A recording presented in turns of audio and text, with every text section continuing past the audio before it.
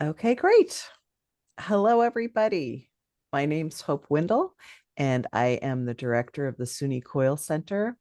And I am going to share my screen and introduce you to our great presentation. We are here today to discuss creating change agents through the virtual environment. And I'm here with Jose Luis Jimenez. You want to say hi? And Hello. and Brenya Twumasi. Hello. Great. Um, so I'm going to start my timer. So just for folks who, but many people in the call actually know what COIL is, but I will give a brief introduction of what COIL is. Jose Luis will give um, actually, we're going to do Brenya first and then Jose Luis and then questions from all of you. But please feel free to put questions in the chat and we will answer throughout because we like to keep it informal so everyone can participate. So one of the big takeaways from today, I just want to note, is this idea of empowering students to move beyond the savior victim state of mind to a context where learners are engaging with others in these projects that are local and global. All right. So this idea of COIL, why do we do it? We are able to take people who are at the graduate level, perhaps astrophysicists, and work with first year freshman students who are coding computer science students and have them work on an asteroid tracking app together. Or maybe they're in the same area of study and they analyze each other's work and talk about it. There's many ways in which COIL works in the world, and COIL stands for Collaborative Online International Learning. This is the basic sort of tried and true model where at one institution, you have a course, and within that course, you have a module that is your collaboration. You work with somebody else. It might not align actually in the semester. It might be towards the end of their semester and the beginning of yours, but your partner is also teaching a subject area and they're having a COIL project with your professor and they have figured out how to design this ahead of time and then the students are working in teams. The SUNY COIL Center is now, we're anywhere between 157 and 197 institutions that we work with. Annually, we're impacting and working with probably over 60,000 students in 28 countries and 6 continents. We're really excited about this work, and it's happening all over the world. And governments are supporting institutions and instructors with professional development money to do this work. Even the American Association of Colleges and Universities have now recognized what we're doing, and they are now taking this as an imperative for all students to have this experience.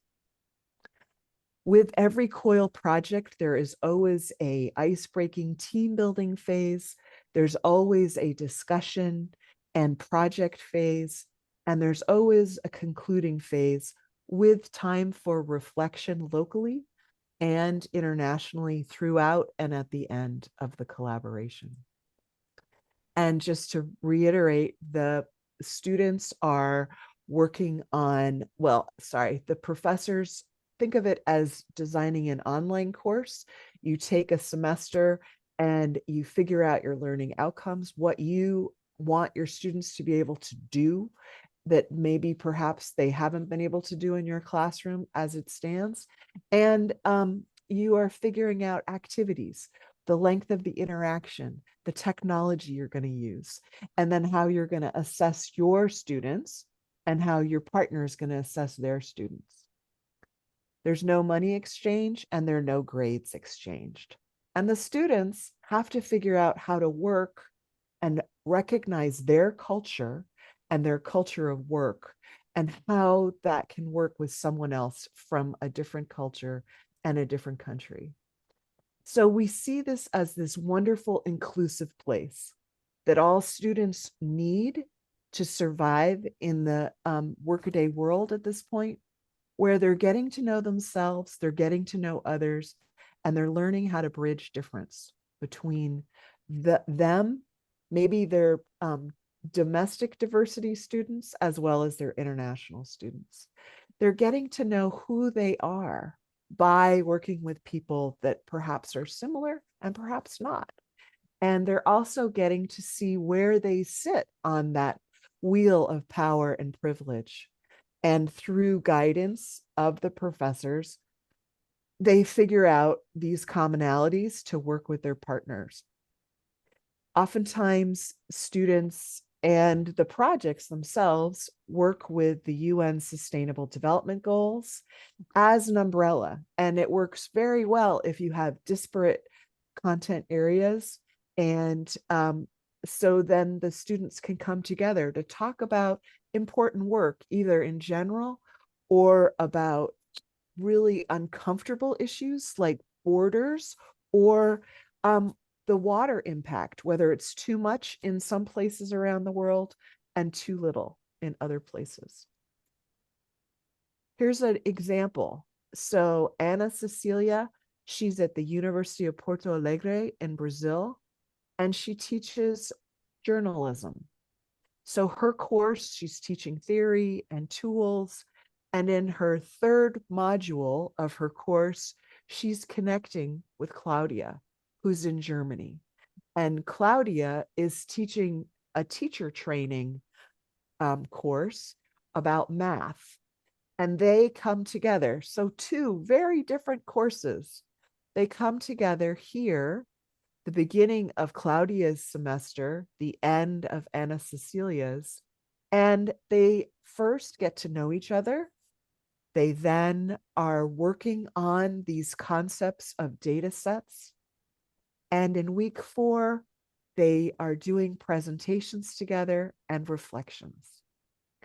So here's a great example, right? So just a reminder what the students get out of doing this. They are reflecting on who they are and who their partner is. They are connecting culturally with their peers from somewhere else in the world. And honestly, both classes are probably incredibly diverse. We have immigrants and refugees within classes amongst all of us. And we are learning how to work together and how we prepare for whatever career you might have, whether it's healthcare, business, so many different arenas. And honestly, all arenas need intercultural skills and awareness.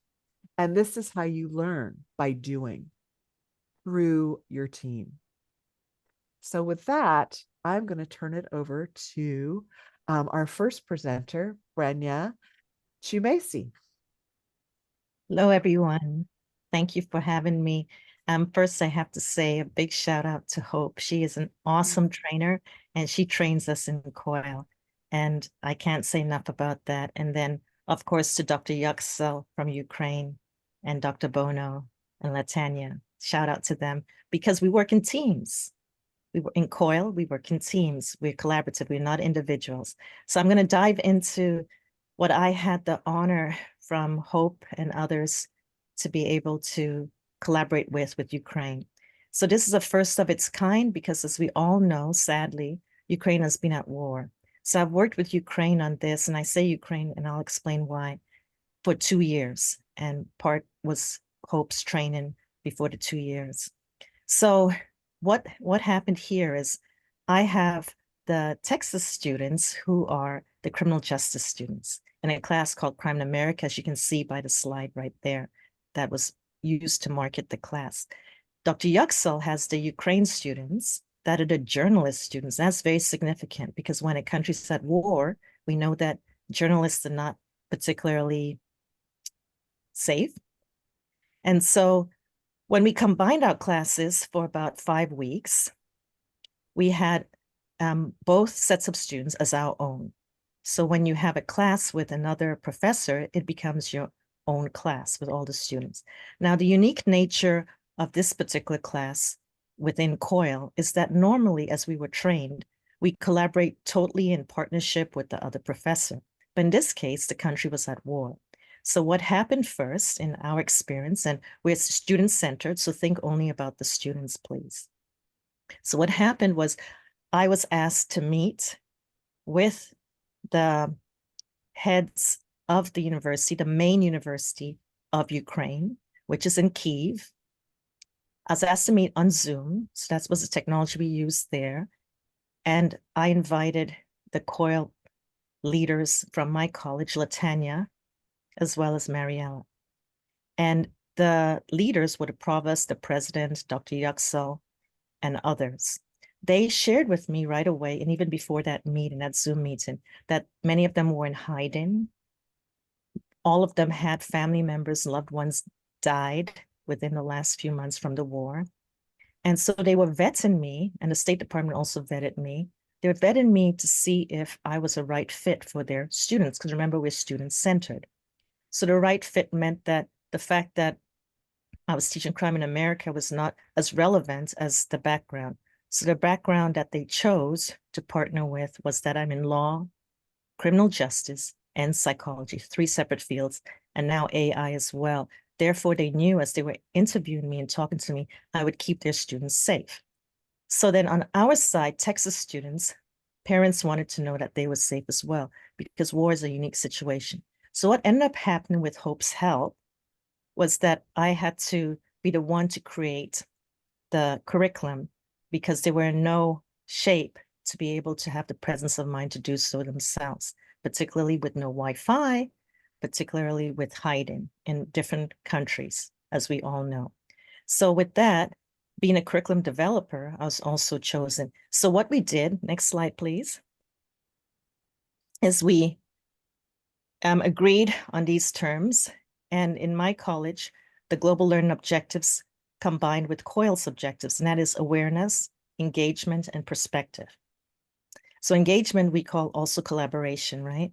So the students were going to become empowered, all the students, they were all our students, the professors, to know what it was like to be supportive and collaborative in a peace justice type of way, sustainable way, with a country at war, specifically Ukraine. And so what we did with that was we had first off, next slide, please. We had purposefully had a game. And so I explained with the PowerPoints and so on and so forth for the students to know that the game was to model after, say, the United Nations, where we come in a circle of the United Nations, we shake hands, we get to know each other. We may be friendly or not, but you have a game that the students had total autonomy to choose themselves. So they could be interdependent and independent. So it was asynchronous online. Our difference was 8 hours, meaning that our Ukraine journalist students would wake up 8 hours before our Texas students would wake up. So students began to understand what that means. So going back to the UN model as just an example. So each individual student chose a game, right, that they could play asynchronously online. Prior to that, each student had sent into Google Documents a video clip of themselves, saying their career interest and how they felt about collaborating. And then they played the game. So by that point, the wonderful students, all of them, got to know each other on their level, which is critically important. So now they're ready. They knew each other, they're more comfortable. And so we dove into what I designed as the individual assignment, because they have to remember they're at university level. And the rigor, academic rigor, is critically important. So with the academic rigor, they had to show that they were of the caliber that they could do an individual assignment with the focus. It was very focused. It had to do with international law, jurisdictional issues. It had to do with humanitarian law and war crimes and such not, which included, for example, NATO. bearing in mind the needs of our students, which again, our students were Ukraine and Texas. So they did an individual assignment to warm them up for the deep dive at a university academic level. So the next week, what they did, they were ready at this point to do a collaborative. So now they're ready to be collaborative. They showed their mights as individuals. So collaboratively was a little bit different because of the time change. And I must say that our Texan students realize how privileged they are. The Ukraine journalist students, they would wake up, say, Sunday morning, they would dive in and start. So when the Texan students woke up 8 hours later, the Ukrainian students who were at war had already began that project of collaboration. So that was a little bit of a hiccup because of the time difference, but they did it. They made it with the support, of course, of the professor, and Dr. Yuxel approving. Now, I have to mention that Dr. Yuxel is an influencer. She is an amazing journalist. You can even find her online. She's an influencer for all that's going on. So we're remembering how serious this project was globally. So then after that was done, the essay, where there were a little bit of hiccups, particularly on the Texan side, we then did a final collaboration. That was actually the final. And they earned points for this, some more than others. So with the final was a PowerPoint of certain slides, which each had a specification. So the bulk of the slides was the question for each of our students. What did you learn from this process academically? What did you learn in terms of subject matter? What stood out for you? And the last part was, what did you learn about working together with language difference, 100%, where the Ukrainian journalist students, most of them showed that they spoke either English pretty well or Halton, and the Texan students, all of them could not speak a word of Ukraine. So there was learning right there, awareness and perspective. They learned that they really liked each other and that they're the same age group, the same, studying for their career. And they were happy that they were able to dive in without even contemplating what this process would be about. They learned so much and they shared that. And it's incredible to read their PowerPoints. It was fabulous. COIL works. So the student feedback is the last part. The student feedback from the Ukraine side would say, well, they had to do a little bit more work, even though they were at war. From the Texan side, they said, boy, we got to step up. We're not at war. We didn't know what war really is about. We got to step up because we are privileged.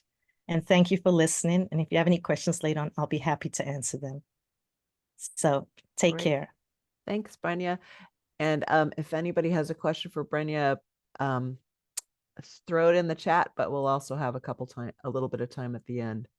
All right, Jose Luis, over to you. Yes, good afternoon. I'm very pleased to be with you today.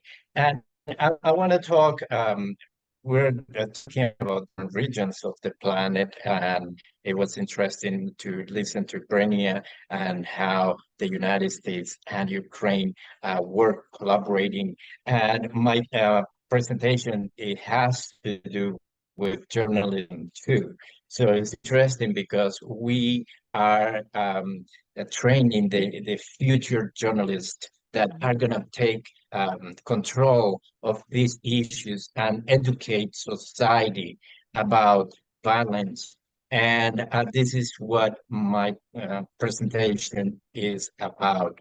I'm going to be talking about how collective intelligence, putting brains from different parts of the world together to think on solutions, and using the ecology of mediums or emerging mediums that we have today, how combining those two ecologies, human being brains and technologies, how we can do activism to solve situations of violence. Next slide, please. So what is collective intelligence? And I already mentioned a little bit, and COIL is collective intelligence. COIL is putting students from different parts of the world together to think.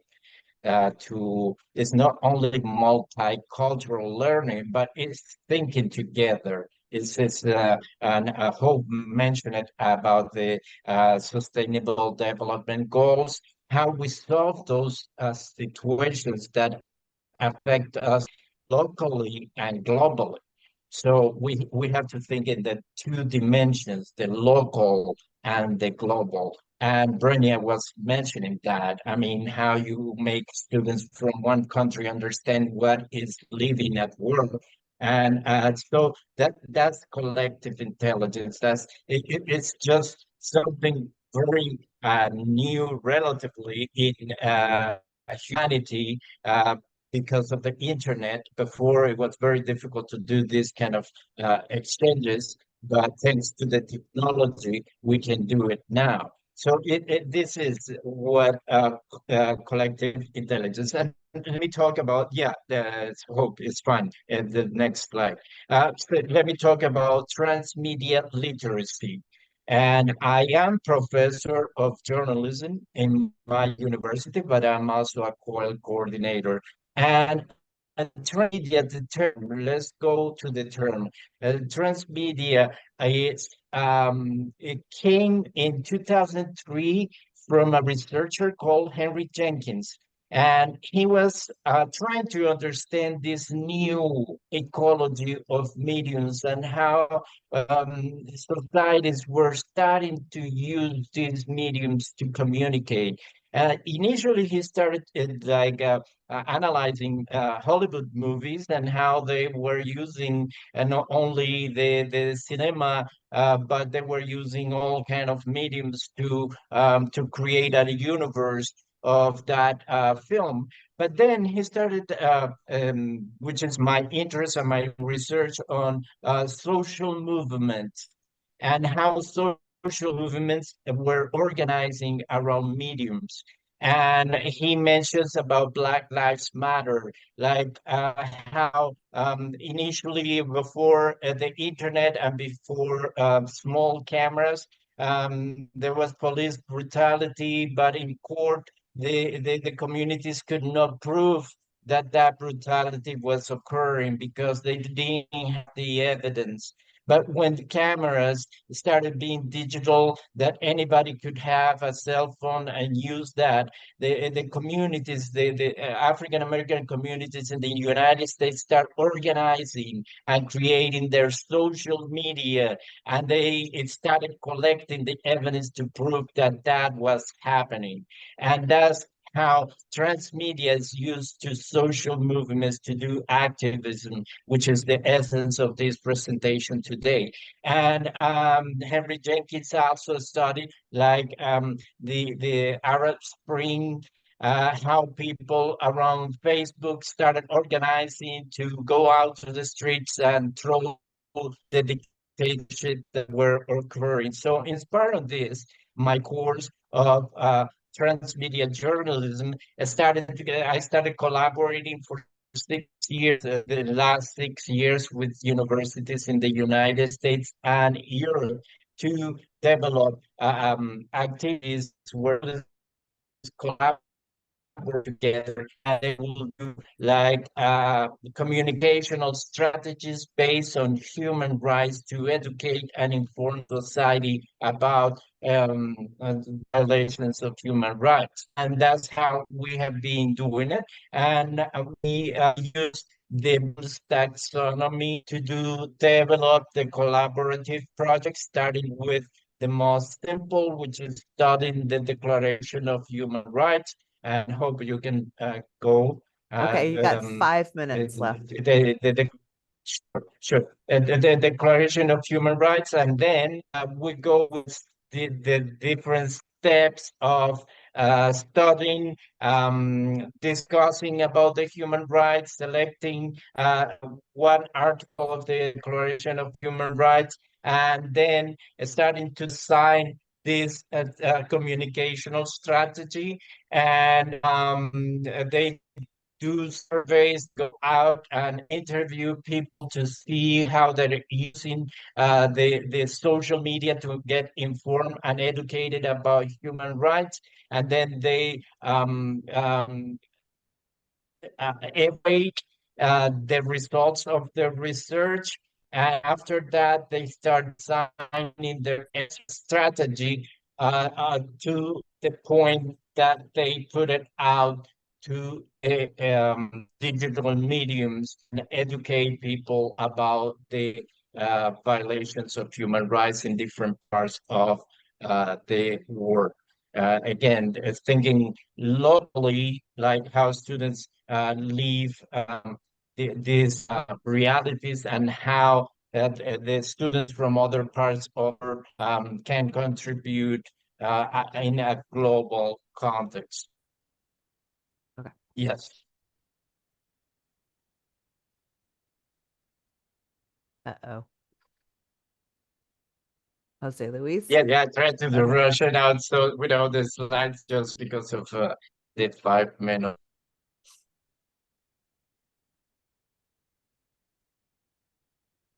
Jose Luis? Yes, yes. Do you hear me? Do you hear me? There was a hiccup. Go ahead. We hear No, you no, now. yeah, yeah, I tried to rush at for getting in time, but I'm open to any questions from good for with your questions. Well, you still have some time, Jose Luis. Do you want me to go to the next slide? Maybe take the video off. Well, the next slides is pretty much the stuff. Yeah, okay, very quickly. Sure. Yeah, I think there is a problem with the content.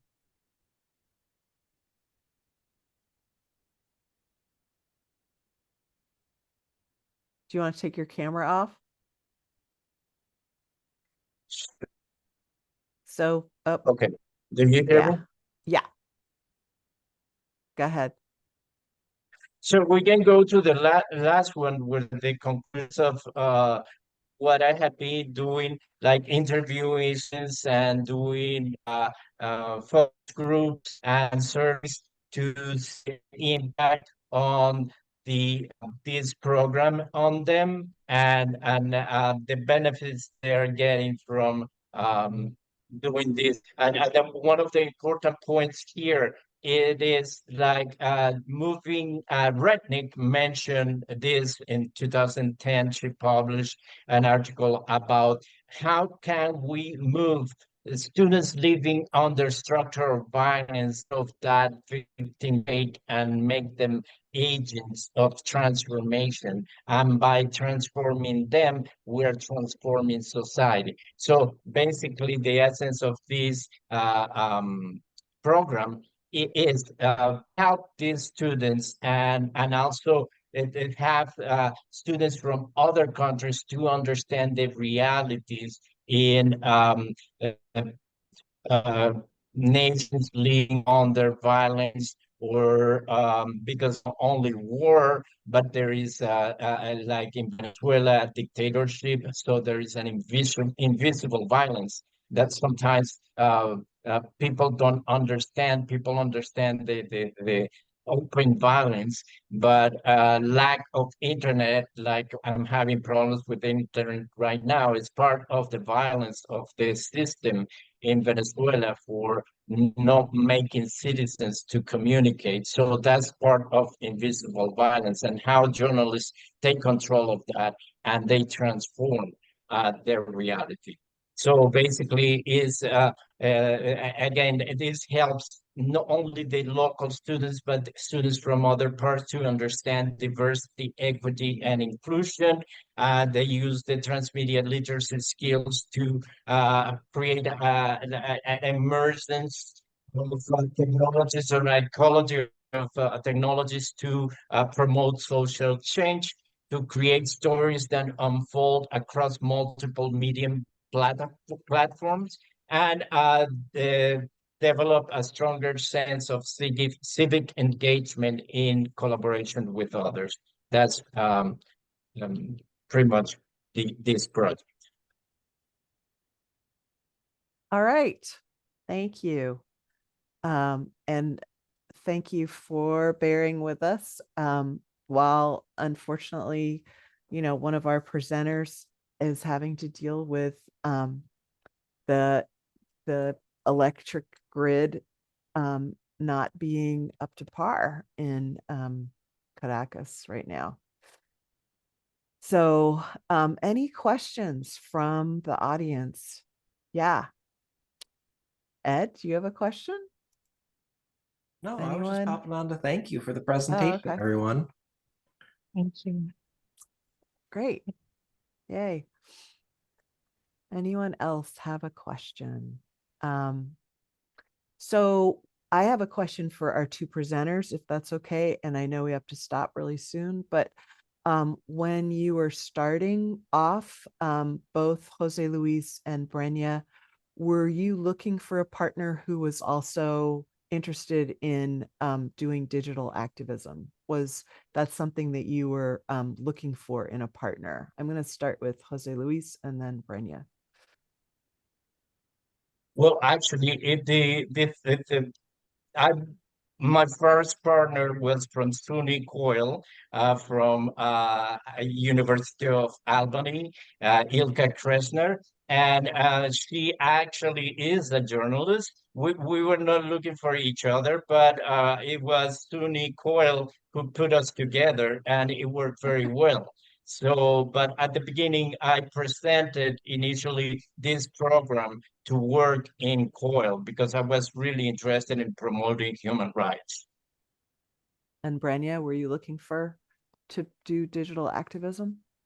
So coming from a collaborative society, I totally respected Hope and Latanya and Mariella to know their job and to set me up with someone who we would fit well together. So I was just a bystander waiting. But I did this for 2 years with Ukraine, the whole 2 years. So what I first said, well, what you're offering up with Mexico, that's pretty good. But then I rethought it and I thought, wait, the students have to be safe. Mexico's too close for the kind of work we do in criminal justice. So then within one day, they're so fast. COIL is amazing. Within one day, they put me together with Dr. Yuxel, the journalist influencer in that part of the world who you can look up. And boy, did we ever get along. I mean, now 2 years later, the students are happy and the professor and I are best friends in a time. COIL Nice. rocks. Yay. Lynn, I'm sure we have to stop. So I'm so sorry, but yes. Yeah, we're just 3 minutes over. yeah. Thank you, everyone. Our next sessions are starting right at 2:50, so you've got a couple minutes to take a break and then pop over. The next 3 sessions are empowering students to be digital creators, or we have embedding activism, inclusion in digital activism, or we've got another COIL talk if you want to continue that trend. We have enriching the study abroad experience through active digital engagement. Yay. Thank you so much. Thank you. All right. Take care, everybody.